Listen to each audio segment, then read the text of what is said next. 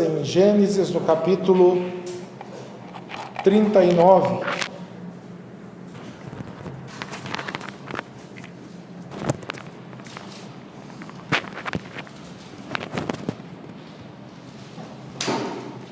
Gênesis, capítulo 39. Hoje nós vamos ver a história de José. Aquele José que nós vimos no domingo passado, que foi vendido pelos seus próprios irmãos, porque Deus queria conduzi-lo até o Egito, para que futuramente ele salvasse, livrasse o povo de Deus da fome. Então vamos ver o que aconteceu com o José. E José foi conduzido ao Egito, e Potifar, um oficial de Faraó, capitão da guarda, um egípcio, comprou das mãos dos ismaelitas, que o haviam levado para lá. E o Senhor estava com José, e ele era um homem próspero, e ele estava na casa de seu senhor, o egípcio. E seu senhor viu que o Senhor estava com ele, e que o Senhor fazia tudo prosperar na sua mão. E José encontrou graça aos olhos dele, e ele o serviu. E ele o fez supervisor da sua casa, e tudo o que ele possuía colocou na mão dele. E aconteceu que desde o tempo em que ele fizera supervisor sobre sua casa e sobre tudo o que possuía, o Senhor abençoou a casa do egípcio por causa de José. E a bênção do Senhor estava sobre tudo o que ele possuía na casa e no campo. E ele deixou tudo o que possuía nas mãos de José. E ele não sabia o que possuía, a não ser o pão que comia. E José era uma pessoa era uma boa pessoa e formoso à vista. Vamos até aqui, daqui a pouco nós continuamos. Pode marcar, deixar a tua Bíblia aberta. Bom, aqui nós vamos ver, irmãos, como Deus age. Veja que José ele tinha sofrido uma decepção muito grande, ser vendido pelos próprios irmãos, né? Eu acho que você nunca pensou em vender teu irmão ou tua irmã. E na época, né, foi lucro, foi vantagem para os irmãos de José que queriam se livrar do José. Eles queriam se livrar do José. Até cogitaram matar o José, mas um deles, né, o Judá, falou: não, vamos vender o José, porque aí pode nos dar algum retorno, né? Então eles venderam o José para os ismaelitas. E os ismaelitas levaram José até o egípcio. Veja que ele foi conduzido até o Egito. Aparentemente, humanamente falando, quem levou José até o Egito foram os ismaelitas, porque eles compraram o José dos seus irmãos. Porém, quando nós nos afastamos um pouco mais, com uma visão maior das coisas de Deus, nós vamos descobrir que quem levou o José para o Egito não foram os ismaelitas e nem os irmãos de José. Quem levou José para o Egito foi Deus. Como Deus nos conduz. Muitas vezes nós pensamos que estamos fazendo algo por nós mesmos, pela nossa ideia.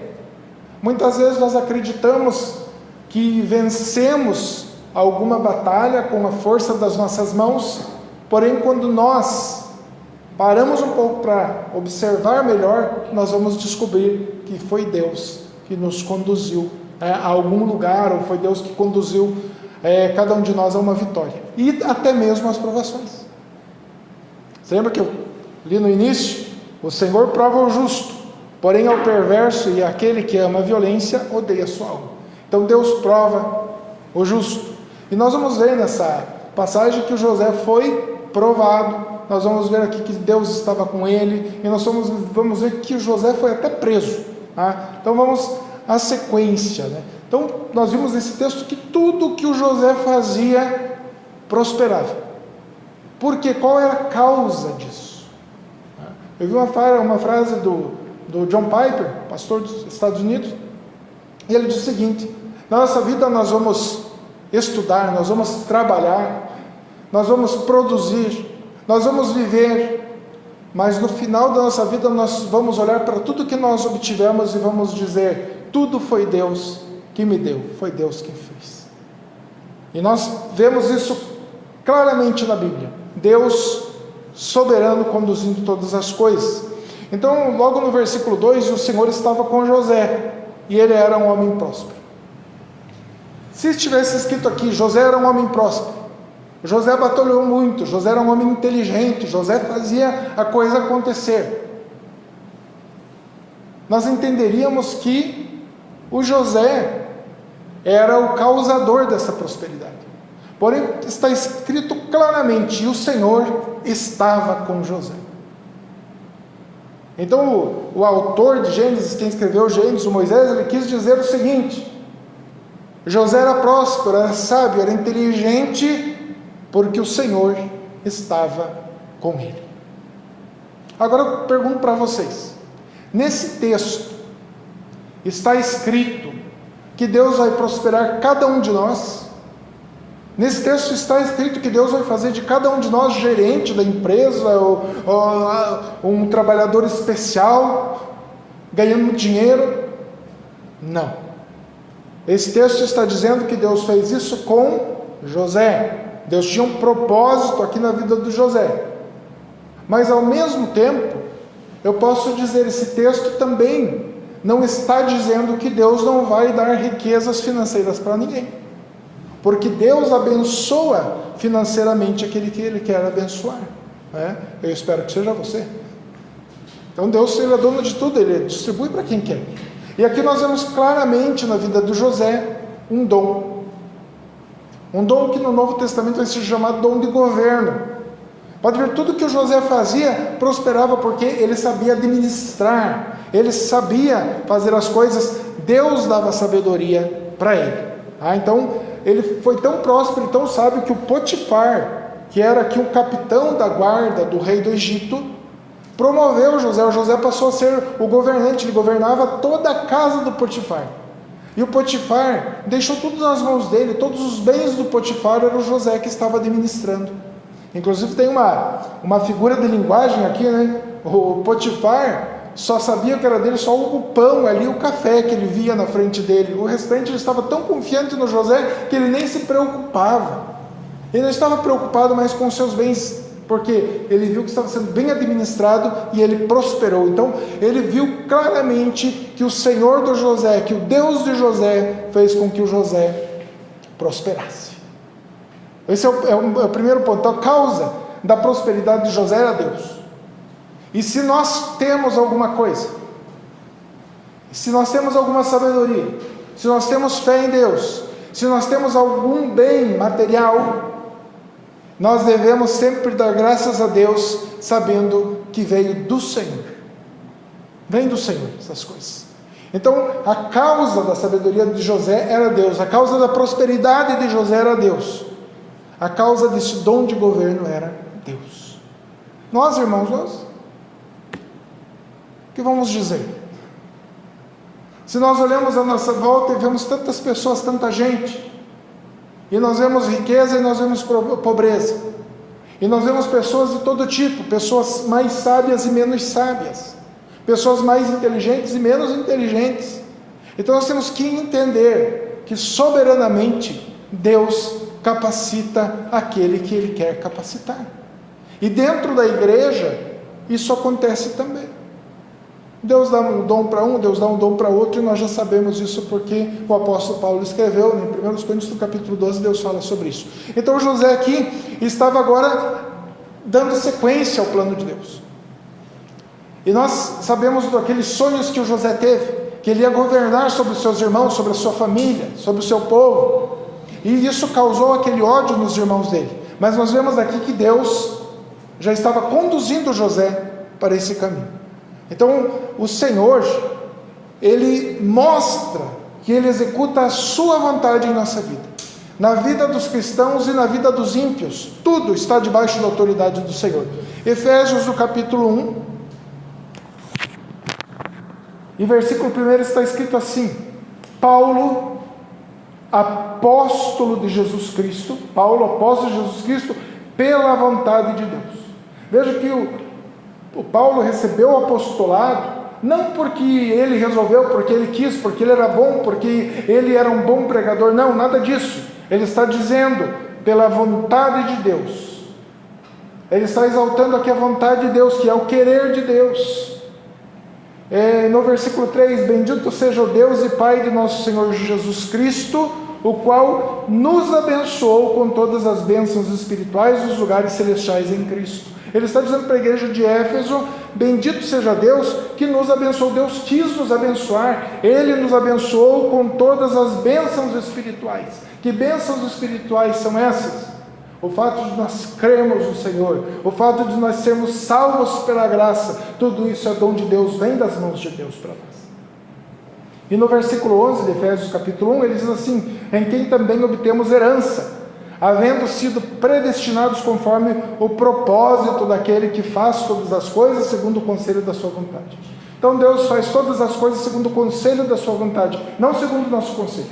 Então a gente vai orar e começar a querer dar conselho para Deus. Deus, faz tal coisa, porque é melhor o Senhor fazer isso, faz desse jeito. Não, Deus faz tudo segundo o conselho da sua vontade. E Deus levou José para o Egito segundo o conselho da sua vontade, segundo o seu querer, para que o José prosperasse, para que o José governasse futuramente.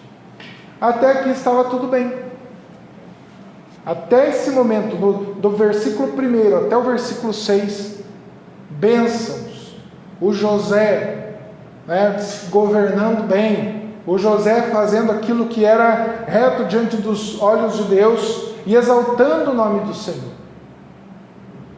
José estava bem, próspero, está escrito que José estava próspero, já estava recebendo algum bem do Potifar, mas a partir ali do versículo 7 até o 18, vai acontecer uma situação, uma história terrível para José. José vai ser tentado, José vai ser tentado duramente, e ele vai exaltar a Deus, ele vai honrar a Deus com a sua vida. Todos nós, todo ser humano é tentado de alguma forma. Os homens, as mulheres, vão aparecer tentações não somente sexuais, como é o caso aqui, mas outros tipos de tentação. Tentando elevar o nosso orgulho, tentando fazer com que a gente pareça mais do que é. A própria palavra de Deus fala que aquele que pensa ser alguma coisa não sendo nada, engana-se a si mesmo. Então, o ser humano parece que muitas vezes tenta aflorar o seu antigo ser, esquecendo muitas vezes que é cristão. Nós temos que cuidar com isso. O homem peca, o homem peca por desejos errados, o homem peca por querer aquilo que não é dele, a mulher também, é a vaidade, é a sensualidade. Então muitas coisas são pecado, muitas coisas levam o homem e a mulher a sofrer por causa disso. Então nós vivemos num mundo perverso, num mundo mau, mas nós somos o povo de Deus, a luz do mundo, sal da terra, e nós precisamos agir diferente, nós precisamos ser diferentes. A nossa salvação é pela graça, mas essa salvação pela graça traz junto com ela uma alegria de honrar a Deus, de se santificar para Deus, de louvar ao nosso Senhor. Nós não somos mais escravos do pecado, mas agora somos servos do nosso Senhor e Salvador Jesus Cristo. Então, quando a tentação vier, nós temos que fazer alguma coisa. E é muito simples alguém chegar e falar: irmãos, todo mundo seja santo, porque está escrito para ser santo. Mas como funciona isso na prática? Como é que eu me santifico na prática? Como é que eu vivo o Evangelho na prática? E eu acredito que aqui é um momento onde a Bíblia vai nos ensinar, onde a Bíblia vai glorificar o nome do Senhor, onde a Bíblia vai mostrar do que um servo de Deus é capaz, como nós devemos agir contra as tentações, como nós devemos agir contra o pecado. É uma luta constante.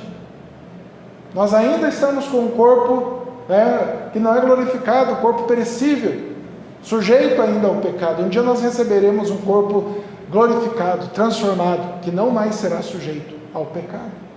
Então veja bem o que aconteceu.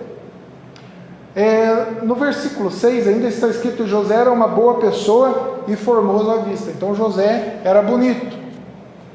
Uma pessoa feia é mais difícil de ser tentada, né? Então os feios que glorifiquem a Deus por ser feio. Os feios são mais difíceis de ser tentados, mas vão ser tentados também. Agora José era um homem bonito, e isso causou um problema para ele, causou uma dificuldade aqui. no versículo 7, aconteceu que depois dessas coisas, a esposa do seu senhor lançou seus olhos sobre José. Olha o que está acontecendo.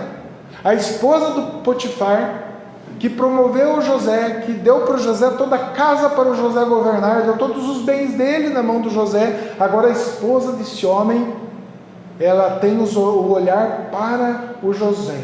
Ela começa a olhar o José. Ela se interessa, se encanta pelo José. E ela disse: deita-te comigo. Mulherzinha sem vergonha, né? Adúltera, uma mulher terrível. Ela vai tentar o José. Olha a proposta dela: deita-te comigo. E olha o que o José faz no versículo 8: mas ele se recusou. Um homem de Deus. Mas ele se recusou e disse à esposa do seu senhor: eis que meu senhor não sabe do que está comigo na casa, e ele confiou tudo o que tem nas minhas mãos. Não há ninguém maior na casa do que eu, tampouco me negou coisa alguma senão a ti, pois és mulher dele. Olha a resposta do José, a resposta de um homem sábio. O Potifar me fez grande na casa dele, eu administro todas as coisas, ele não me negou nada. Tudo está em minhas mãos, eu estou governando a casa. A única coisa que eu não posso tocar é você, porque você é a esposa dele. Olha a resposta que ele dá para essa mulher. Mas ainda no versículo 9, no final, está ali a grande causa. Está ali a grande causa pela qual nós lutamos. Aqui está a grande causa pelo qual nós vivemos e existimos. Ele diz o seguinte, nessa mesma resposta: como então eu poderia fazer tamanho mal e pecar contra Deus? E veja que ele fala para ela: não posso fazer isso porque o Potifar me pôs para governar tudo. Mas ele diz uma coisa mais importante do que essas: como então eu poderia fazer tamanho mal e pecar contra Deus? Ele está dizendo para aquela mulher adúltera: eu não posso tocar em você, porque se eu tocar em você, eu estou pecando contra o meu Deus. Olha a consciência do José. Nós vimos que os irmãos dele eram perversos e venderam o José. Mas o nosso Deus, o nosso Senhor, havia escolhido José para liderar aquele povo. E Deus deu uma sabedoria para o José, e Deus prosperou o José, e o José percebeu isso, e ele honrava a Deus, e ele amava a Deus. Então a questão do José não era não pecar, não adulterar por medo de ir para o inferno, por medo de morrer pelas mãos do Potifar. Ele não estava aqui com algum tipo de medo dessa natureza, não. A questão do José era não pecar contra Deus. E quando nós cristãos agimos dessa forma, esse é o nosso escape, essa é a nossa alegria de viver, essa é a nossa forma de fugir do pecado, quando nós falamos: não, eu não vou pecar contra o meu Deus, eu não vou fazer tal coisa porque eu não estou agradando ao meu Senhor. Irmãos, o cristão não tem liberdade para pecar.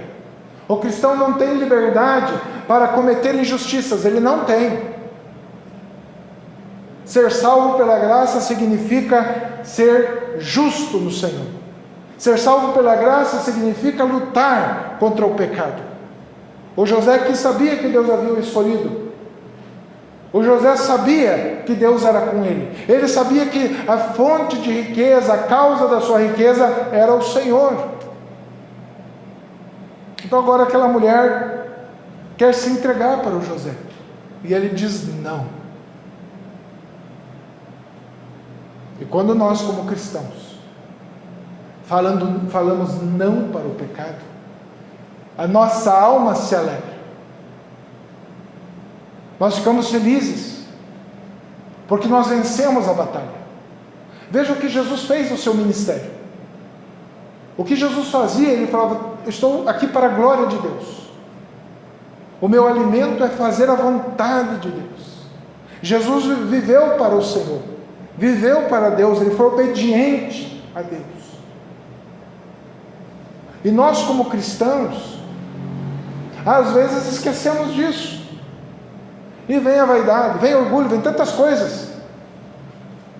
Mas quando nós lemos um texto desse, quando nós vemos a atitude, a ação de um homem de Deus, um homem movido por Deus, um homem sábio por Deus, ele está dizendo: eu não vou fazer isso, porque eu não quero pecar contra o meu Senhor, contra o meu Deus. Isso é uma alegria, né, de ler um texto assim. Então, o que nós vamos aprender com isso? A Bíblia nos ensina a fugir do pecado. A Bíblia nos ensina a resistir. Você lembra, né? A gente resistir ao diabo. E o diabo vai fugir de nós. Jesus fez isso no deserto. E nós devemos fazer isso constantemente. Resistir é dizer não. Uma palavra que nós precisamos aprender a falar bem é não. Falar não para o pecado. Então vamos ver algumas coisas interessantes. Quando ele diz: como então eu poderia fazer tamanho mal e pecar contra Deus? Ele está fugindo. Ele realmente sofreu uma tentação. Ele realmente estava sendo moldado por Deus também nesse momento. Deus estava trabalhando no caráter do José. E Deus iria mostrar através dessa ação como o Senhor é digno de honra e louvor. O próprio povo egípcio já estava vendo a ação de Deus na vida do José. Ele não cedeu à tentação. Por que ele não cedeu à tentação? Porque ele era forte? Porque ele era bom? Porque ele era maravilhoso? Não, ele não cedeu à tentação porque ele temia a Deus. Ele amava a Deus. Então, o amor que temos por Jesus Cristo deve mover as nossas ações. Guarde isso para você. O amor que você tem por Jesus Cristo é que deve mover as suas ações. Muita gente fala: eu tenho que cuidar. Já viu, tem muita gente pregando esteja preparado porque Jesus está voltando. E eu não sei o que eles querem dizer com esteja preparado porque Jesus está voltando. O estar preparado porque Jesus está voltando é estar firme na certeza da salvação em Jesus Cristo, é crendo em Jesus Cristo, é confiando em Jesus Cristo, é vivendo para Jesus, é vivendo para a glória dele. Então o que o José faz? Não sei. E ele foi por causa disso. Mas veja bem, nem sempre que você resistir à tentação, esse mundo vai louvar você, vai agradecer e vai aplaudir você. Quando nós resistimos à tentação, quando nós fazemos a vontade de Deus, nós agradamos a Deus. E é o nosso objetivo, é agradar a Deus. Porém, o mundo pode se revoltar. O mundo pode olhar para você e falar: você quer dar uma de santarrão. Não é assim que funcionam as coisas, todo mundo faz. Já viu essa frase? Todo mundo faz. Sabe quando o pai ou a mãe vão proibir um filho de fazer alguma coisa, falam: mas todo mundo faz. E aí os pais olham para aquela pessoa e falam: mas você não é do mundo, você é de Deus.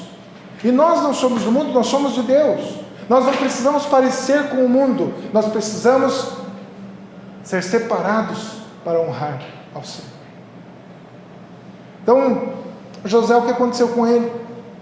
Ele diz não àquela mulher. E no texto aqui, está escrito que foram várias vezes, vários dias, aquela mulher tentando seduzir o José. E de repente aconteceu que saiu todo mundo de casa, os trabalhadores, e o José teve que entrar na casa para fazer os seus serviços, os seus trabalhos. E essa mulher adúltera, ela vai para cima do José novamente e agarra as vestes do José. Mulherzinha terrível, né?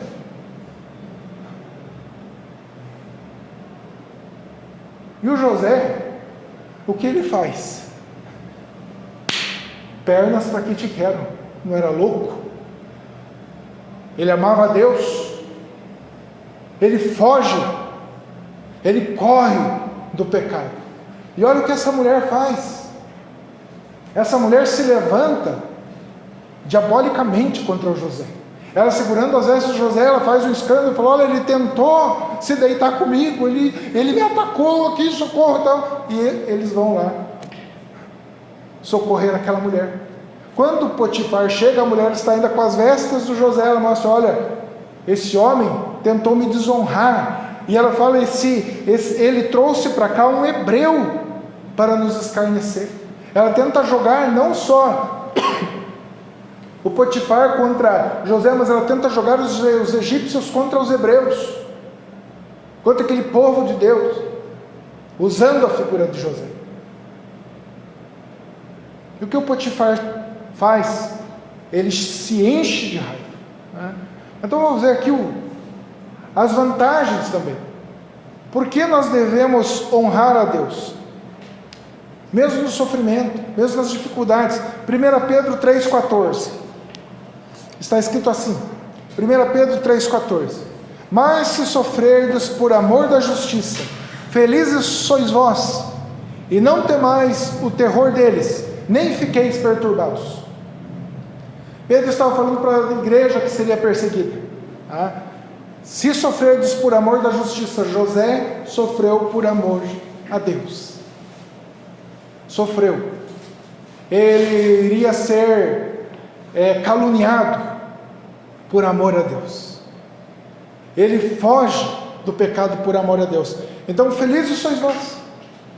Quando você sofre por amor a Cristo, a Bíblia está dizendo que você é feliz. Por quê? Porque Jesus ama você. Jesus ama o seu povo. E quando nós sofremos por Ele, nós sofremos pela graça de Deus. Nós sofremos por algo que é justo, por algo que é maravilhoso. E o que Jesus falou a respeito disso? Jesus fala algo que é importante para nós também em Lucas 6:22.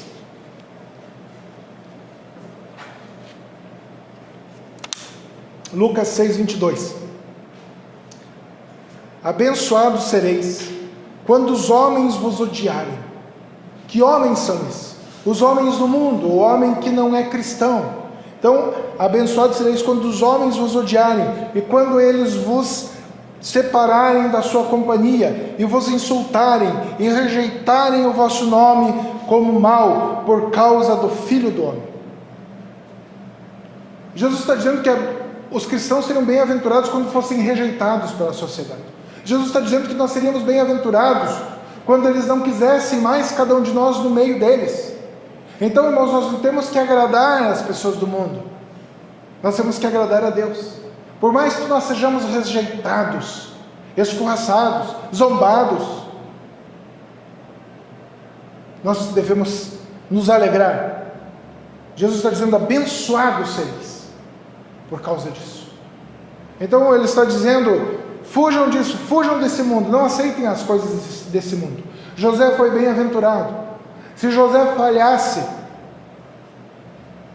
se José aceitasse essa proposta dessa mulher, ele teria falhado com Deus, ele teria falhado com o seu chefe Potifar, ele teria feito a coisa totalmente errada. Mas não, ele quis honrar a Deus, ele se sujeitou a Deus, ele não pecou contra o Senhor. Salmo 11:5, que eu li logo no início: o Senhor prova o justo, porém o perverso e aquele que ama a violência odeia a sua alma. Então o Senhor prova o justo. José aqui estava sendo provado, estava sendo tentado, e José passou na provação. E nós precisamos passar na provação.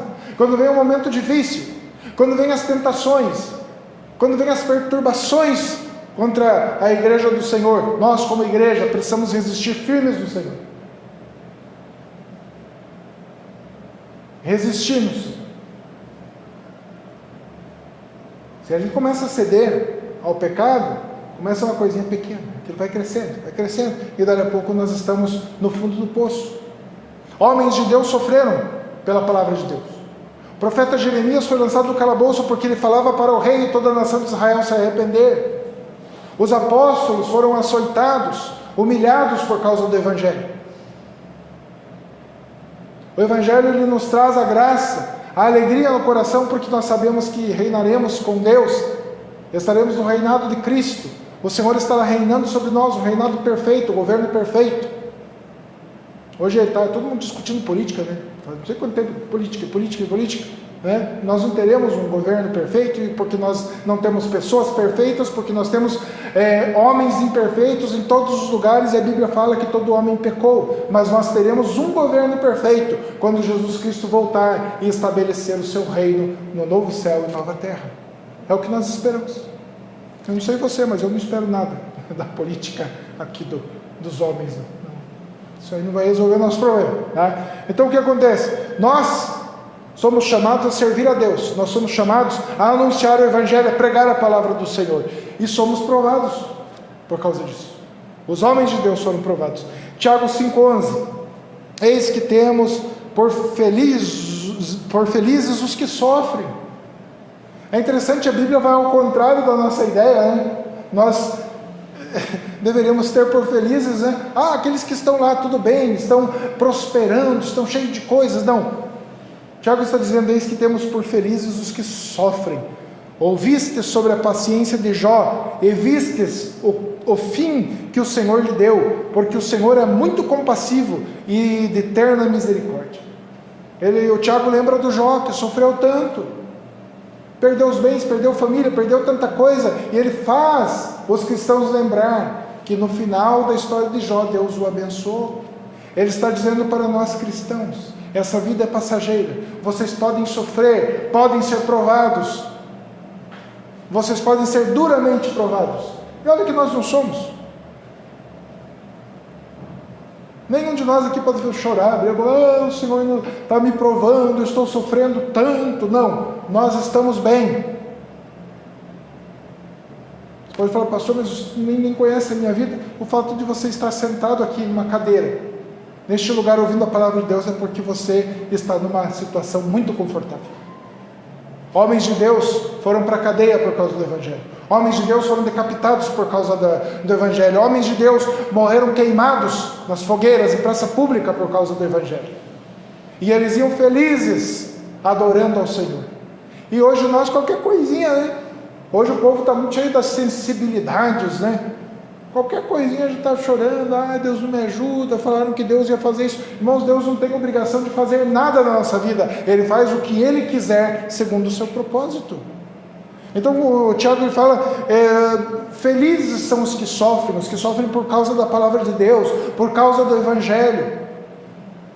E o José vai sofrer agora por causa da sua fidelidade a Deus. O José vai sofrer porque ele foi fiel ao Senhor, porque ele não quis pecar contra Deus. Ele é caluniado, e olha o que vai acontecer. Versículo 19: e aconteceu que quando seu senhor ouviu estas palavras de sua mulher, que ela lhe falou, dizendo: foi desta maneira que teu servo agiu comigo, sua ira se acendeu, e o senhor de José o tomou e o colocou na prisão. Aos olhos humanos, não valeu a pena honrar a Deus. Aos olhos humanos, não valeu a pena fugir do adultério. Aos olhos humanos, valeria a pena José fazer a coisa escondida, ninguém ia ficar sabendo. Aos olhos humanos, o que o José recebeu?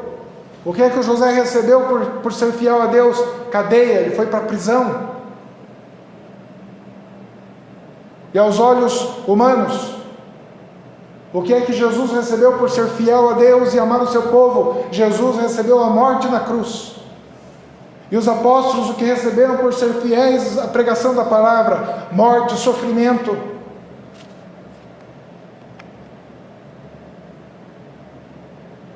E hoje a igreja, ela quer receber um monte de coisa: bens,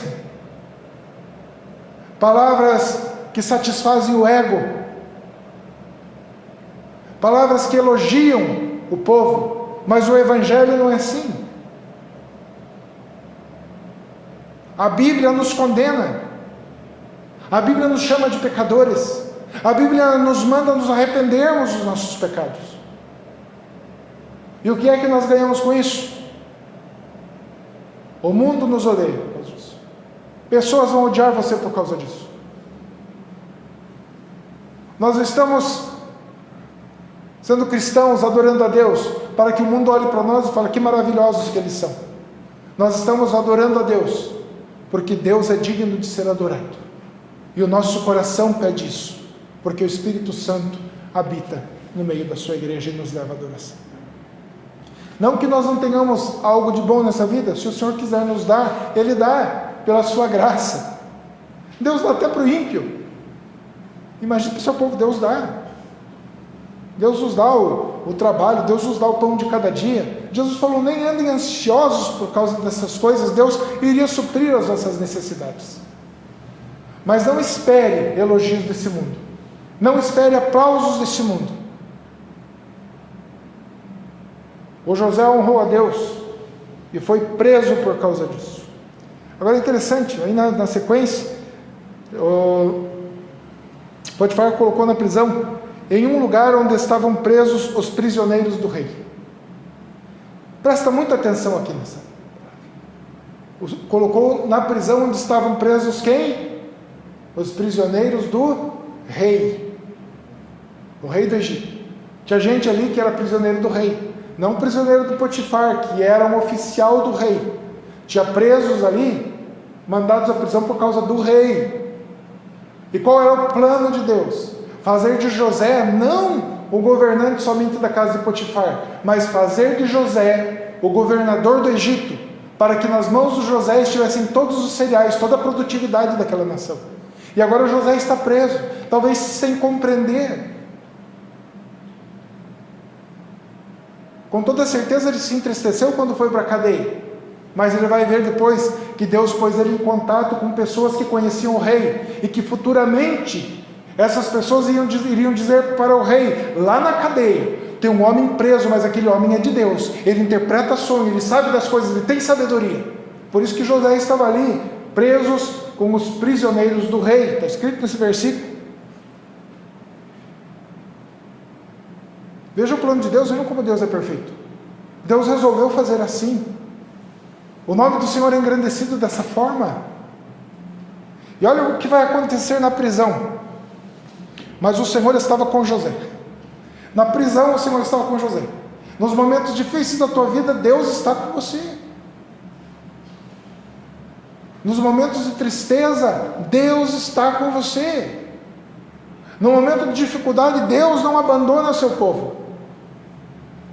Versículo 21, mas o Senhor estava com José, ele mostrou misericórdia, e lhe deu favor aos olhos do guarda da prisão. Olha o que Deus fez.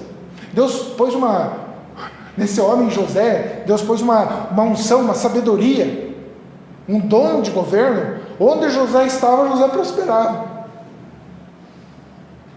Se jogasse José no deserto, ele ia prosperar. Deus resolveu fazer desse homem um líder. Então o que aconteceu? Ele lhe deu favor aos olhos do guarda da prisão. Tinha um guarda da prisão, o chefe ali dos carcereiros. Deus deu honra a José. E esse homem olha diferente para José. E o guarda da prisão, versículo 22, e o guarda da prisão confiou à mão de José todos os prisioneiros que estavam na prisão, e tudo o que eles faziam ali, era ele que fazia ali. Olha o que é a bênção de Deus na vida de um homem. O José já estava ali, desde a família dele, sendo separado por Deus. Quando José sonhou aqueles sonhos que ele iria liderar, não foi o José que resolveu sonhar. Eu não sei se acontece isso na tua vida. Antes de você deitar, você fala, sabe de uma coisa? Essa noite eu vou sonhar com um jardim bem bonito. E daí você sonha. Ah não, essa noite eu vou sonhar que eu estou na melhor empresa do mundo. E aí você sonha. É assim? Não é. Claro que a maioria dos nossos sonhos são justamente por causa do nosso dia a dia.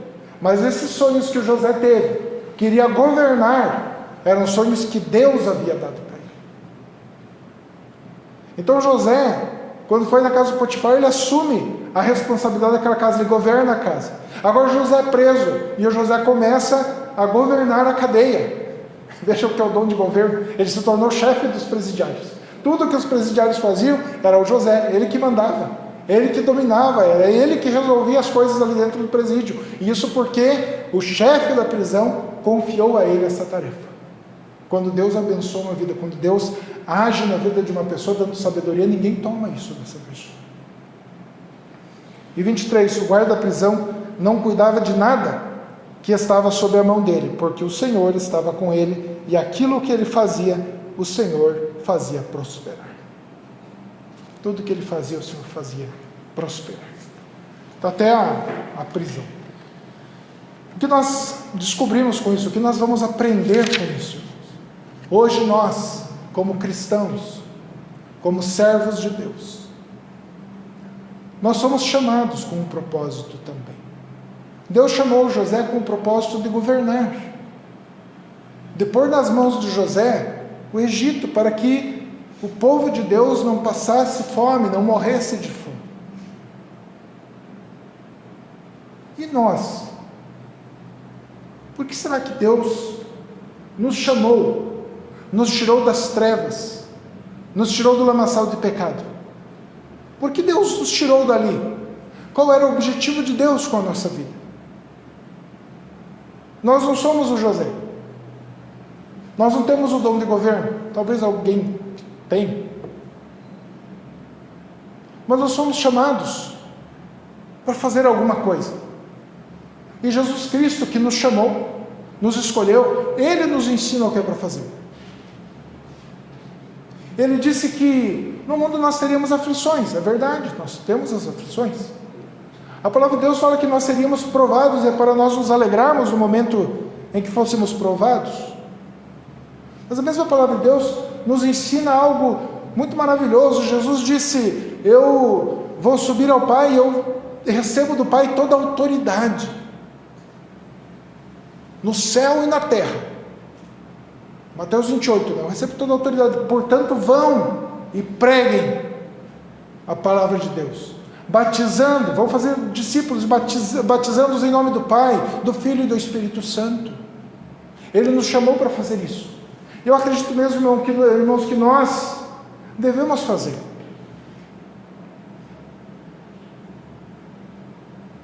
Nós precisamos fazer isso. E como Deus prosperou José naquilo que o José fazia, porque Deus chamou ele para fazer isso, eu creio que Deus vai prosperar também a igreja quando a igreja se levanta para pregar o Evangelho, para anunciar a palavra de Deus. Eu não estou dizendo que toda a região do Porto Meira, que toda Foz do Iguaçu vai ser salva por causa disso, mas eu estou dizendo que nós podemos abrir nossa boca e pregar o Evangelho. A pessoa que está nos ouvindo pode aceitar ou não, pode receber ou não,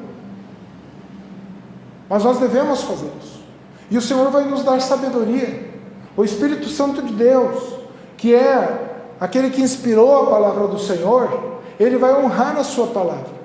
Evangelizar não é você falar para aquela pessoa que a partir daquele momento tudo vai estar bem na vida dela. Evangelizar é levar essa pessoa a amar a Cristo, por aquilo que Jesus Cristo fez na cruz por nós. Ele sofreu por nós. Ele foi maltratado por nossa causa. Quando Jesus estava na cruz, ali preso naquela cruz, Ele estava fazendo tudo aquilo por nós. Ele não estava fazendo para si mesmo. Ele não precisava ser crucificado para si mesmo, Ele não precisava morrer para si mesmo. Ele foi crucificado por nossa causa, pela causa do Evangelho, para salvar as almas perdidas. A nossa alma estava perdida sem Cristo. A tua alma estava perdida sem Cristo, estava no lixo. Agora Jesus vai à cruz. Por quê? Porque Ele precisava pagar um preço por causa da nossa culpa. Que preço é esse? A sua própria vida. E nós andamos preocupados conosco mesmo. Parece que nós não temos essa garra aqui do José, quando ele diz: eu não posso fazer mal contra Deus, eu não posso pecar contra Deus.